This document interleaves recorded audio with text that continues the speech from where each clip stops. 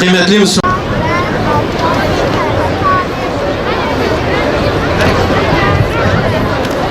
Bismillahirrahmanirrahim. Allah yolunda öldürülenleri ölü saymayın. Bilakis onlar Rableri katında diridirler. Ali İmran 169. Sakın Allah'ı zalimlerin yaptıklarından habersiz sanma. Allah onlara ancak gözlerin dehşetle baka kalacağı bir güne erteliyor. İbrahim 42.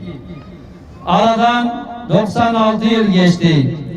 Ancak ne Şeyh Said Hazretleri, ne yarenleri, ne de mücadelesi unutuldu. O bir alimdi, dava adamı, mütefekkir, muhaddis bir rehberdi. O hakkın davası ve insanlık için sorumluluğun gereğini yerine getirdi.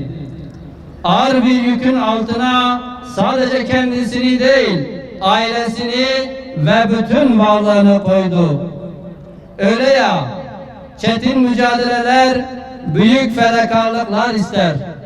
Hak bildiğiniz dava sizden kendinizi bütünüyle adamanızı bekler. Bu adanış ise büyük dava adamlarında kendini gösterir.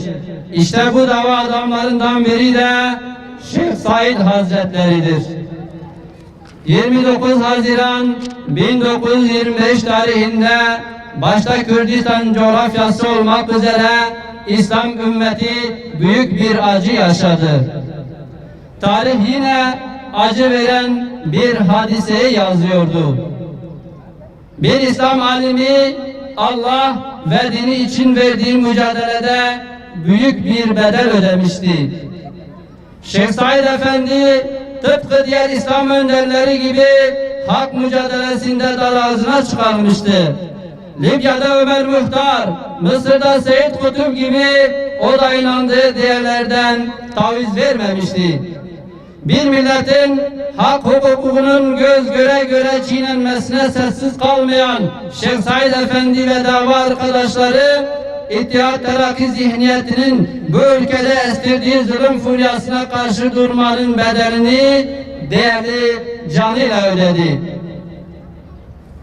Şeyh Said Efendi yüce bir davaya baş koymuştu. Mukaddes dava uğruna değersiz dallarda asılmaya perva etmemişti. O şehadet şerbeti içerek Rabbine kavuşurken geride büyük bir miras bıraktı. Şüphesiz ki Şeyh Said'in şehadeti sonraki nesiller için büyük bir mesaj içeriyordu. Hak batıl savaşının zorluğuna, bu zorluk ile nasıl baş edileceğine dair verilen mesaj, irade, mücadele, sabır ve şehadetle gelen zaferdi. Tekbir! Tekbir! Tekbir! Hiç şüphesiz başta Müslüman Kürt milleti olmak üzere İslam ümmetinin yiğit davaları Şeyh Said Efendi ve onun gibi rehberleri unutmayacak. Hep hayırla yad edecektir. Onların katilleri ise hep lanetle anılacaktır. Jiboy zalimi xunxor bizi cehennem. Jiboy zalimi xunxor bizi cehennem. Jiboy zalimi xunxor bizi cehennem. Evet, insanlık çok zalim gördü. Bu zalimlere karşı direnen mücahitler de hep var oldu. Dünya var oldukça hak batıl savaşının süreceği gerçeği önümüzdeyken bizlere düşen tarihi hadiselerden gerekli ders ve tecrübeleri çıkarmaktır. Şeyh Said Efendi'nin şehadetinin üzerinden 96 yıl geçti. Onun canına kast edenlerin onu öldüremediği, bugün halkımızın sahiplenmesiyle gönüllerde yaşatıldığı görülmelidir. Bu sebeple sık sık yaptığımız çağrıyı bu meydanda bir kez daha yineliyoruz.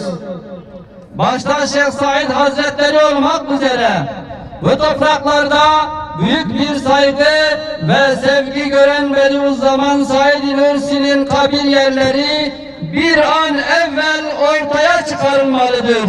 Zalimler için yaşasın cehennem. Zalimler için yaşasın cehennem. Zalimler için yaşasın cehennem. Zalimler için yaşasın cehennem. Her iki Saidimize yapılan haksızlıklar için devlet hataları, yanlışları ve cürümleri ile yüzleşmelidir. Binlerce masum insanın tehcirlerle zulme uğradığı o meşhum süreçle yüzleşilmelidir. Şehadetlerinin 96. yılında Şeyh Said ve dava arkadaşlarını bir kez daha rahmet, minnet ve hürmetle anıyoruz. Allah'tan niyazımız benzer acılarla bir kez daha yüzleşmemektir.